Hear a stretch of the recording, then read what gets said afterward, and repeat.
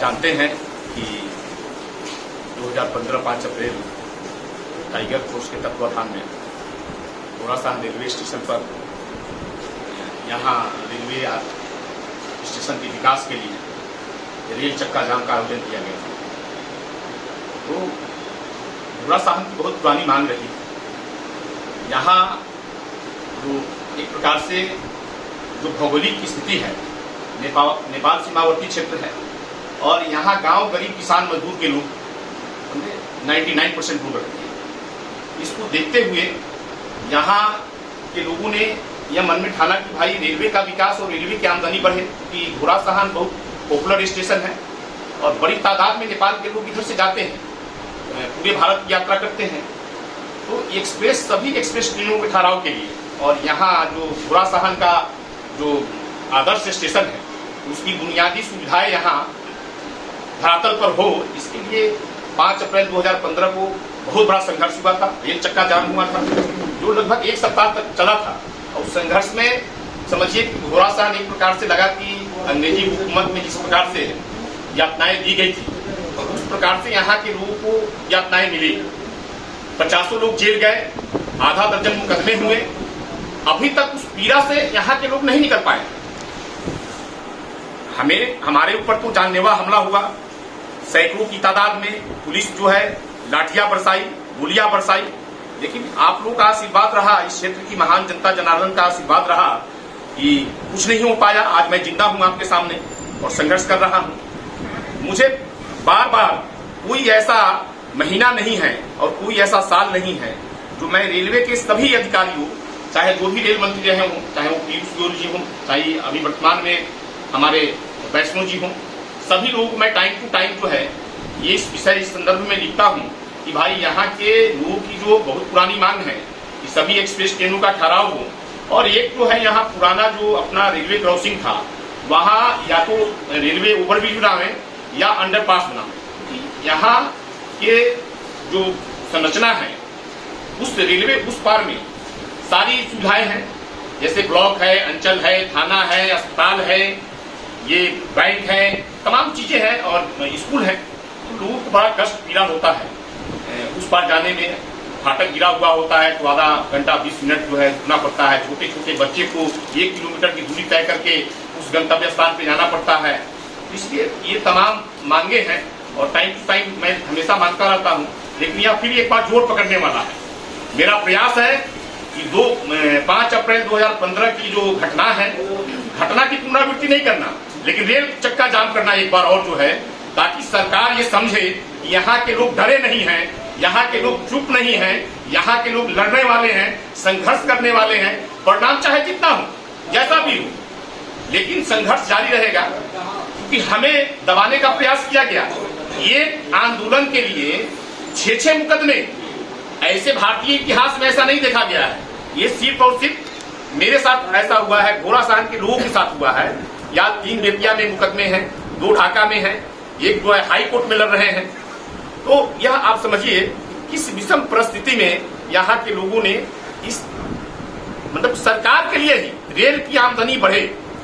क्योंकि मैं दावे के साथ कहता हूँ कि अगर आज कामाख्या वैष्णो देवी, चाहे वो हैदराबाद, चाहे जो लोकमान्य तिलक जाती है, ये तमाम गाड़ियां अगर यहाँ रुके तो मुझे पूरा विश्वास है कि जो सीतामढ़ी में जो टिकट नहीं कटता है, वहां से जितने यात्री नहीं जाते हैं उसके 2 गुना यात्री घोड़ासहन से यात्रा करेंगे इन ट्रेनों से और रेलवे की आय बढ़ेगी। अभी कुछ दिन पहले आपने एक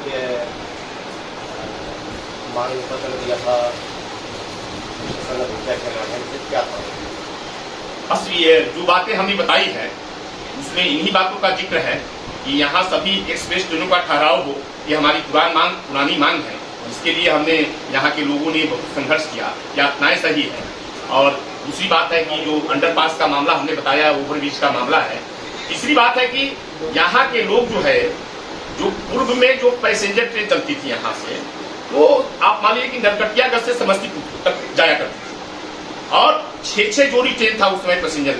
आज देखिए देश की जनसंख्या, इस क्षेत्र की जनसंख्या बढ़ गया, काफी लोगों का कम्युनिकेशन ज्यादा हो गया और पैसेंजर ट्रेनों की संख्या कम हो गया। और इसकी टाइमिंग की व्यवस्था ऐसे है कि इधर से जाने के लिए आपको शाम में कोई गाड़ी नहीं है और इधर से जाने के लिए कोई सुबह में गाड़ी नहीं है। ये समझ में नहीं आता कि जो बैठे हुए लोग हैं समस्तीपुर और हाजीपुर में या रेल मंत्रालय में जो ये टाइम समय सारणी बनाने वाले लोग हैं, ये कितने बुद्धिमता के हैं, ये माने हास्यास्पद है।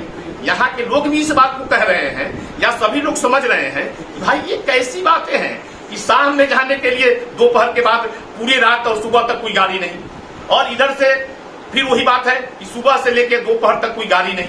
ये भाई हद हो गया। आप नहीं कुछ दे सकते हैं गांव गरीब किसान मजदूर के लिए, इस नेपाल सीमावर्ती क्षेत्र के लिए, तो कम से कम हाथ जोड़ के प्रार्थना है रेल मंत्री जी से, यहाँ के सांसद से, यहाँ के डीआरएम से, यहाँ के जोनल चेयरमैन से कि भाई आप नहीं कुछ दे सकते हैं तो हमारा पहले वाला गाड़ी लौटा दीजिए, पहले वाला पैसेंजर ट्रेन जो है दे दीजिए। यह मांग हमने उसमें कहा है कि पूर्व की भांति जो पैसेंजर ट्रेन चलता था उसको चलवा दीजिए, और नहीं तो सुबह शाम में दोनों तरफ से जाने की व्यवस्था कर दीजिए। अभी पंचायत चुनाव का समय है, होने ही वाला है, और ऐसे समय में आपके द्वारा यह मांग रखा जाना कहीं आपके इलेक्शन की तरफ पिछले की तरफ नहीं, मैं अब पूरी ईमानदारी से कह रहा हूँ, मेरे पास पूरी फाइल है। मैं टाइम टू टाइम प्रत्येक महीने 2 महीने 3 महीने 1 महीना में 2 बार मैं यह मांग करता रहता हूँ, क्योंकि ये मेरी प्रतिबद्धता है। मैंने इसके लिए लाठियां खाई हैं, मैंने अपने जान की बाजी लगाई है और आधा दर्जन मुकदमे झेल रहे हैं। ये मैं तब तक चुप नहीं बैठने वाला हूँ जब तक हमारी पूरी मांगे नहीं मान ली जाएगी, और इसमें रेलवे का हित है, रेलवे की आमदनी बढ़ेगी, सबसे बड़ी बात है। ये प्रभु नारायण भी ये एक्सप्रेस ट्रेन और पैसेंजर ट्रेनों की संख्या बढ़ाकर स्वयं को लाभ लेने वाले नहीं है, इससे रेल की आमदनी बढ़ने वाली है, और यह जन समस्या है और जन साधारण के लिए है, गाँव गरीब किसान मजदूर के लिए है। अब एक चीज और जानना चाहेंगे, अभी इस पंचायत चुनाव में क्या आप भी कैंडिडेट हैं? कहीं से होंगे सुनने में कि समिति से आप जो है लड़ने वाले हैं। देखिए, अभी तो क्या है कि नामांकन की प्रक्रिया प्रारंभ नहीं हुई है। जब तक नामांकन की प्रक्रिया प्रारंभ नहीं हो जाए, नामांकन नहीं डालते, तब तक ये चीज कहना बहुत मुश्किल है, क्योंकि आप जानते ही हैं नामांकन भी डाल दिए, नामांकन आपका वैध नहीं हुआ तो आप प्रत्याशी नहीं हो सकते। तो स्क्रूटनी नामांकन हो जाए, स्क्रूटनी हो जाए, सिंबल अलॉट हो जाए, तो आप समझिए प्रत्याशी है। उसके बाद फिर आप बात करेंगे, मैं आपको बताऊंगा। अच्छा, आपकी पत्नी जिला परिषद सदस्य रही है पिछले लगभग 3 वर्षों से, इसमें विकास को कैसे देखिए, यहाँ की जो क्षेत्र की महान जनता जनार्दन है, उसने हमें बहुत बड़ा मैंडेट दिया और बड़े ऐतिहासिक मतों से विजयी बनाया, और आधे समय के लिए चुनाव हुआ था, स्वाभाविक है। और 2-2.5 साल का समय बहुत बड़ा समय होता नहीं है। ये हमारा दुर्भाग्य कहिए या हमारे नसीब में नहीं लगा हुआ था कि जिस समय में हम जीते उस समय में 2 वर्षों मतलब 20 महीना 22 महीना तक कोरोना का प्रकोप रहा, वैश्विक महामारी रही, इसमें विकास के कार्य सभी ठप हो गए। लेकिन फिर भी मैंने हार नहीं माना। मैंने जो विकास किया है, पिछले 4 जो जिला परिषद रहे हैं उनसे 4 गुना ज्यादा विकास हुआ है। आपको बता दें, या जो भगत सिंह चौक, जहां मैंने 9 दिन उस चौक पे 3 फीट 2 फीट पानी रहता था, उसके लिए हमने 9 दिन आवरण अनशन पर बैठा था। उस भगत सिंह चौक का जो है हमने उद्धार करवाया वहां पीसी से करके। दूसरा जो है आप चले जाइए, एक नया रोड जो है जहां लोगों को जाने में कठिनाई था, दुर्गा मंदिर से लेके और मिडिल स्कूल वाला रोड हमने करवाया। तीसरा आपको अंबिका टॉकी सिनेमा हॉल है, उस रोड को ठीक करवाया। वो श्रीपुर जाते, समनपुर जाते, अररिया जाते, कहीं भी जाते, लोग कहता कि नेताजी कम से कम ये श्रीपुर वाला रोड है उसको ठीक करवा दीजिए, कुछ कीजिए या नहीं कीजिए। मैंने 35.5 लाख रुपया देकर, और उस रोड में पहले नाला की समस्या, जब तक पानी नहीं निकलेगा तब तक वो सड़क सही नहीं हो सकता था। 35.5 लाख रुपया हमने उस श्रीपुर रोड में देकर नाले की समस्या का समाधान करके और एक प्रकार से लोग को जाने आने का सुगम रास्ता बनाया। अभी इस बार इतना बारिश हुआ है, मैंने हमें 50 साल का उम्र है, आज तक हमने इतनी बार वर्षा नहीं देखी है पूरे उम्र के पड़ाव में। तो वर्षा के कारण कहीं थोड़ी बहुत सड़कें टूट गई है। जैसे ही ये बरसात का सीजन खत्म होगा, एक बार घोड़ा सहन पूरा चकाचक होगा। ये हमारी जो है एक प्रकार से सपना है कि घोड़ा सहन यहाँ के लोगों का, चाहे वो 47 जिला परिषद का क्षेत्र हो या प्रखंड का हो, हम लोग की राजधानी जो है घोड़ा सहन है। यहाँ के गांवों और पंचायतों की राजधानी घोड़ा सहन है, और मेरी प्रतिबद्धता है कि घोड़ा सहन जो यहाँ का है वो चकाचक हो, सभी सड़कें बढ़िया हो, ताकि हमारे लोगों का मान सम्मान स्वाभिमान बढ़े। बाहर से लोग आते हैं, गेस्ट आते हैं, जो भी अतिथि आते हैं, घोड़ा सहन में पैर रखे तो उनके पैर में कीचड़ नहीं हो, वो सड़कों पे गड्ढा नहीं हो। ये प्रतिबद्धता लेकर जो है हम राजनीतिक जीवन में है और चुनाव पूरा आसान्वित है कि जनता का पुनः जो है मैंडेट मिलेगा, जीतेंगे और 5 वर्षों में घोड़ा सहन जो है गड्ढा मुक्त होगा, कीचड़ मुक्त होगा और जो ड्रेनेज सिस्टम है उस सबको ठीक करेंगे और निश्चित रूप से आने वाला समय गाँव का भी अच्छा होगा। पिछली बार आपका ये था जल जमाव, चलिए बहुत हद तक जैसे बताया अपनी जल जमाव से निजात मिल चुका है, इसके बाद दोबारा इसमें आपका क्या एजेंडा? वही तो हमने बताया ना कि एजेंडा है कि घोड़ा सहन की अभी जो सड़कें है नहीं ठीक है, उसमें प्रमुख जो है जैसे होता है 1 नंबर 2 नंबर, 1 नंबर पर किस पर? 1 नंबर पर यहाँ जो अभी भी जल जमाव की समस्या है, बहुत सारे इलाके में जल जमाव की समस्या है, ड्रेनेज की समस्या है, नालियां नहीं है, उसको ठीक करना और उसके साथ साथ घोड़ा सहन का सौंदर्यीकरण हो और उसके बाद गांव को चलना है, गांव का भी विकास। क्योंकि अभी हमारे विधायक भी हमारे हैं, सांसद भी हमारे हैं, बिहार में सरकार है, केंद्र में सरकार है, पूरी मजबूती से लगेंगे विकास के लिए और चौतरफा विकास होगा पूरा आसानी से। एक चीज आपने बताया कि विधायक भी आपके हैं, सांसद भी आपके हैं, घोड़ा सहन को गोद लिया गया था रमा देवी सांसद के द्वारा जी, उनके गोद लेने के कार्यक्रम को किस तरह से देखते हैं? आपने बताया कि पूरी पानी वो तो ठीक है, देखिए जो चीजें हैं उसको पूरी ईमानदारी से स्वीकार करना चाहिए और पूरी ईमानदारी के साथ करता हूँ।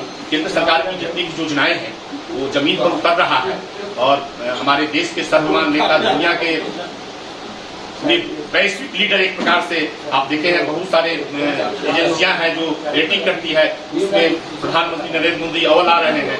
ये सब दृष्टिकोण रखते हुए जिस प्रकार से केंद्र सरकार की योजनाएं धरातल पर उतर रही है, हमारी रमा देवी सांसद हैं, वो हमारे योजनाओं के लिए केंद्र में लड़ती हैं और वहां से योजनाएं आता है यहाँ वो जमीन पर उतरता है, जिसका लाभ हमारे नीचे तबके के लोगों को हो रहा है, सभी लोगों को हो रहा है। आज जो बल्ब की रोशनी सभी घरों में, पंखा चल रहा है, सभी घरों में चल रहा है और ये रसोई गैस उज्ज्वला योजना के माध्यम से मिला, गरीबों के घर में भी मिला, शौचालय की योजना मिली, सभी घरों में मिला, इसका लाभ सबको हो रहा है, ऐसा नहीं।